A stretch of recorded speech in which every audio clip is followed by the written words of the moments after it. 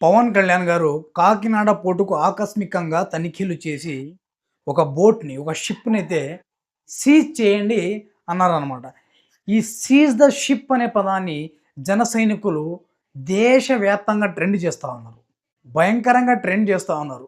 ఎవరైతే అక్రమార్జనకు పాల్పడిన రైస్ మాఫియాని మొత్తానికే తుడిచి వేస్తాం అని పవన్ కళ్యాణ్ గారు చెప్తా ఉన్నారు. ఎందుకు చెప్తా ఉన్నారంటే రాష్ట్ర ప్రభుత్వం, కేంద్ర ప్రభుత్వం కలిపి పేదలకు ఇస్తున్న బియ్యాన్ని ఈ రైస్ మాఫియా కొనుగోలు చేసి పేదల దగ్గర వేరే దేశాలకు రూ. 70, రూ. 80 కిలో లెక్క అమ్ముకుంటున్నాయి. పేదలకు చెందాల్సిన బియ్యాన్ని రైస్ మాఫియా లాగేసుకుని వేరే దేశాలకు రూ. 70, 80కు అమ్మేసుకొని కొన్ని కోట్లలో బిజినెస్ చేసుకుని కోట్లలో ఆదాయాన్ని గడుస్తున్నాయి. ఇక్కడ ఒక డౌట్ రావచ్చు మనకి. అసలు పేదలు ఎందుకు అమ్ముకుంటున్నారు ఈ బియ్యాన్ని? రాష్ట్ర ప్రభుత్వం, కేంద్ర ప్రభుత్వం ఇస్తున్న బియ్యాన్ని పేదలు ఎందుకు అమ్ముకుంటున్నారంటే, మీరు ఇచ్చే దొడ్డు బియ్యం, ఈ ప్రభుత్వాలు ఇచ్చే దొడ్డు బియ్యం ఏవైతే ఉన్నాయో తినడానికి అనుకూలంగా ఉండవు. కాబట్టే పేదలు అమ్ముకుంటున్నారు. మీరు అసలు ఈ బియ్యాన్ని ఇవ్వకుండా, ఈ దొడ్డు బియ్యం ఇవ్వకుండా సన్న బియ్యం ఇవ్వండి. ప్రతి పేదవాడు సన్న బియ్యం ఇస్తే ఎందుకు అమ్ముకుంటాడు? ఎవ్వడు అమ్ముకోడు సన్న బియ్యం. రాష్ట్ర ప్రభుత్వం, కేంద్ర ప్రభుత్వం కలిపి ఇస్తే. మీరు ఎప్పుడైతే దొడ్డు బియ్యం ఇస్తున్నారో అవి తినడానికి బాలేదని చెప్పి పేదవాళ్ళు అమ్ముకొని వేరేది సన్న బియ్యమో ఏదో కొనుక్కొని తింటా ఉన్నారు. పవన్ కళ్యాణ్ గారే చెప్తున్నారు ఈ బియ్యం తినలేరు పేద ప్రజలు అని. అలాంటప్పుడు కేంద్ర ప్రభుత్వం, రాష్ట్ర ప్రభుత్వం కలిసి ఒక నిర్ణయానికి వచ్చి ఒకటి సన్న బియ్యం అనే ఇవ్వండి పేదలకి, లేదా అవే సన్న బియ్యం రేటు డబ్బులు పేద ప్రజలకి నేరుగా అకౌంట్లోకి వేయండి. వాళ్లకు నచ్చింది కొనుక్కుని తింటారు కదా. మీరేమి చేత్తో ఇవ్వడం లేదే. ప్రజలు కట్టిన పన్నులతోనే కదా మీరు ఈ బియ్యాన్ని అందిస్తూ ఉన్నది. అవే పన్నులతో సన్న బియ్యాన్ని ప్రజలకు అందించండి. ఏ ఒక్క పేదవాడు కూడా సన్న బియ్యాన్ని అమ్ముకోలేడు. రైస్ మాఫియా అనేది పూర్తిగా ఆగిపోతుంది. కాకినాడ పోర్టు ఆధారంతో కొన్ని వేల కోట్ల రేషన్ బియ్యాన్ని ఆఫ్రికా దేశాలకు ఎగుమతి చేస్తున్న రైస్ మాఫియా వాళ్ళ దందాలు సాగవు ఎప్పుడైతే మీరు సన్న బియ్యాన్ని పేద ప్రజలకు ఇస్తారు. ఇవన్నీ వదిలిపెట్టేసి మీరు దొడ్డు బియ్యాన్ని ఇస్తున్నారు పేదలకి. వాళ్ళు తినరు, వాళ్ళు అమ్ముకుంటున్నారు. వాళ్ళు తీసుకెళ్ళి రైస్ మాఫియా వాళ్ళు తీసుకెళ్ళి ఆఫ్రికా దేశాలకు అమ్ముకుని కోట్లలో లాభాలు తీసుకుంటా ఉన్నారు. పవన్ కళ్యాణ్ గారు చెప్పింది ఇంకొకటి కూడా బాగా నచ్చింది నాకు. ఏంటంటే ఈరోజు రైస్ మాఫియా అంటున్నారు. అదే షిప్లలో, అదే బోట్లలో రేపు గన్నులు రావచ్చు, తీవ్రవాదులు రావచ్చు, అమ్మాయిలని సప్లై చేయొచ్చు, ఏదైనా జరగవచ్చు.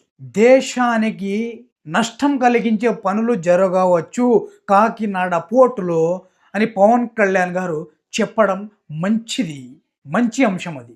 ఎస్, జరుగుతుంది. దీన్ని అరికట్టకపోతే చాలా ప్రమాదం.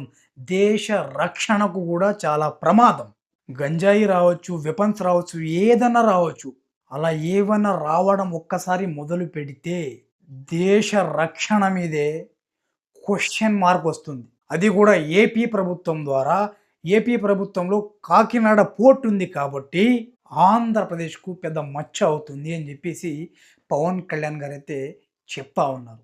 ఎస్, ఇది అక్రమాలకు అడ్డగా నిలిచింది కాకినాడ పోర్ట్. ఎస్, కొన్ని వందల వేల కోట్ల అక్రమార్జనకు అడ్డాగా మారిన కాకినాడ పోర్టును, కాకినాడ మరీ ముఖ్యంగా కాకినాడ యాంకరేజ్ పోర్ట్ను ప్రభుత్వం కొత్త నియమ నిబంధనలతో ఆ పోర్టును నడపాల్సి ఉంటుంది. ఎవరైతే ఈ రైస్ మాఫియాని నడుపుతున్నారో వాళ్ళందరినీ ఆర్గనైజ్డ్ క్రైమ్ కింద వాళ్ళ మీద పీడీ యాక్టులు పెట్టి లోపల వేయాలి. అధికారంలో ఉన్న వాళ్ళ బంధువులు కానీ, ప్రతిపక్షాల్లో ఉన్న వాళ్ళవి కానీ, ఎవరి కంపెనీలు వీటిలో ఉన్నాయో ఎవరైనా సరే వాళ్ళని చట్టాలు అందరికీ ఒకేలా పని చేయాలి.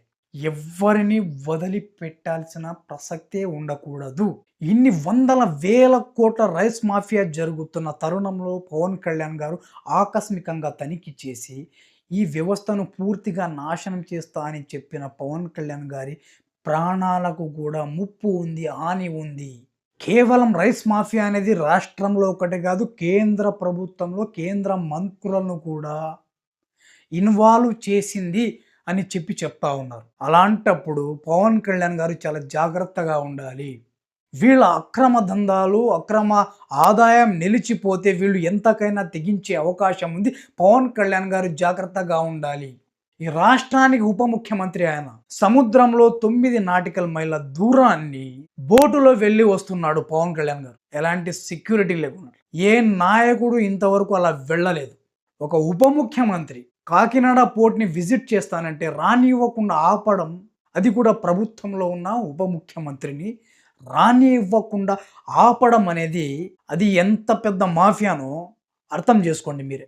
అంత పెద్ద మాఫియాను గెలికిన పవన్ కళ్యాణ్ గారిని ఎవ్వరు వదిలిపెట్టరు. ఏదో ఒక రూపాన ఇబ్బంది పెడుతూనే ఉంటారు పవన్ కళ్యాణ్ గారిని. దయచేసి పవన్ కళ్యాణ్ గారు, మీ సెక్యూరిటీ కూడా చాలా అవసరం రాష్ట్రానికి. మీరు నిజాయితీ గల నాయకులు. మీ అవసరం రాష్ట్రానికి చాలా అవసరం. కాబట్టి మీరు కూడా జాగ్రత్తగా ఉండండి.